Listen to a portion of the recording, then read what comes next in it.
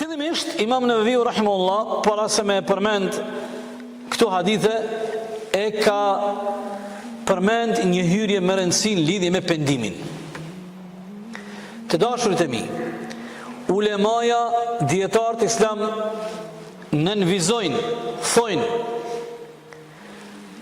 pendimi taubeja është obligim, është vajib pas çdo gjunahi. Rregulli numër 1, mos harro ti bashkë me mua. Pendimi tek Allahu, taube, është obligim, vajib, farz, mas çdo gjunahi. Rregulli numër 2. Ulemaja kanë thonë, nëse gjunahi ndërlidhet në hak të Allahut, për me qenë pendimi yt dhe pendimi im i kompletuar, duhet me i plotësu 3 kushte. 3 kushte. Nëse njëna mungon, pendimi është i mangt. Kushti i parë, me njëherë me braktis gjinahin. Kushti i dytë, me ndi keqardhje, me të ardhë keq, pse e ke shkel një fjalë për i fjalëve të Allahut. Kushti i tretë, me pas vendos shmerin, me qeni vendosum, nuk kthehesh mo prap aty ku e kuën më herët.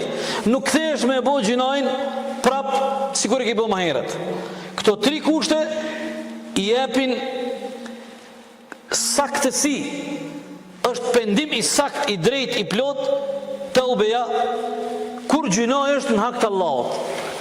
Rregulli numër 3, kanë thonë ulemaja, nëse gjunahi ka të bëj me hakun e njerëzve, nëse gjunahu ka të bën me hakun e njerëzve, këtyne 3 kushteve ja u ka shtu dhe një kusht, 4 kushte jonë. Do të thonë, me braktis me njëra atë punë të keqe atë gjuna, me të ardhë keqe dhe me ndi keqardhje, pse ke qenë duke e bo një veprim që Allah e ka ndalu, e treta me qeni vendosë se nuk thesh, mo nuk e përsërit, e 4ta kanë thonë ulemaja kur është në hak tjerve. Me a kësi hakun.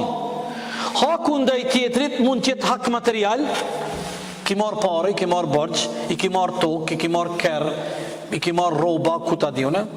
Ndo njëre hakun ndaj tjetrit nuk është material, por është hak i cili ka të bëj me dignitetin dhe nderin dhe krenarin e një personi. Ja ke bo në i tradhti, eudhu billah, ja ke bo në i shpifje, ja ke bo në i shpionazh, apo e ke marë për gojë. Nëse ke bo gibet, do të me i lyp halal, dhe këto janë 4 kushtet kur gjunahi është mes robit dhe robit. Të dashurit e mi,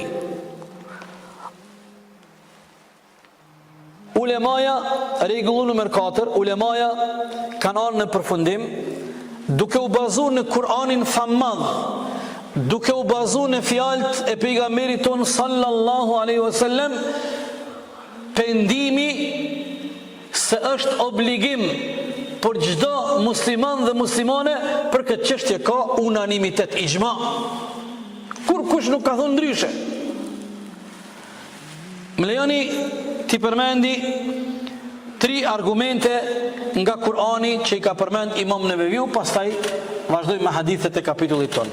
Argumentin e parë që i ka përmend Imamu Nevevi rahimahullah, se pendimi i ynë është obligim pas çdo gjunahi, i madh, i vogël, me qëllim, pa qëllim, kur e bën haptazi, kur e bën fshehurazi, çdo herë ki obligim mas çdo gjunahi, çdo herë mu pendu.